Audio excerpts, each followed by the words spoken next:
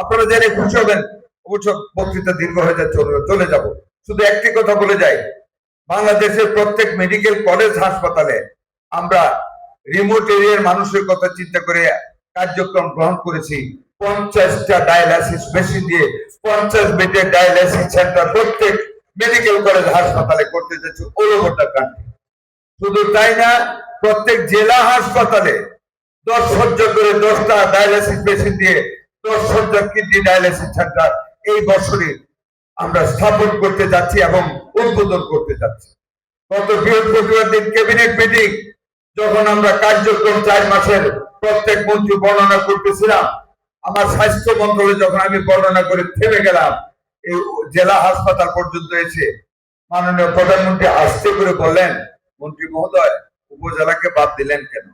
কি মেধা তার, কি মানুষের জন্য কি ভালোবাসা!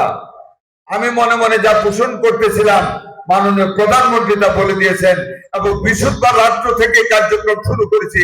প্রত্যেক উপজেলা হাসপাতালে 10টা করে ডায়ালাইসিস মেশিন দিয়ে 10 শয্যা বিশিষ্ট কিডনি ডায়ালাইসিস সেন্টার স্থাপন করতে যাচ্ছি। 1 লক্ষ নিয়োগ স্বাস্থ্যকর্মী নিতে যাচ্ছি।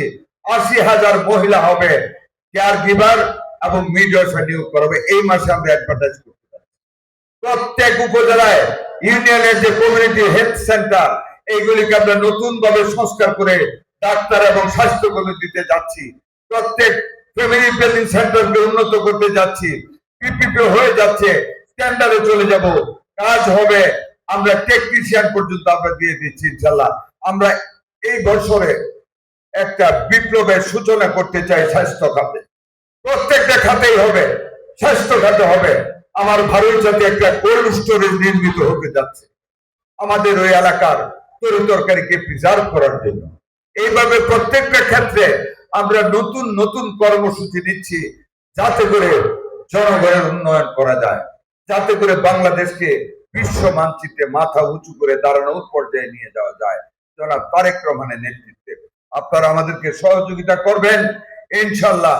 আমাদের নেতা জনাব তারেক রহমানের নেতৃত্বে আমরা সার্বিক কার্যক্রম গ্রহণ করেছি।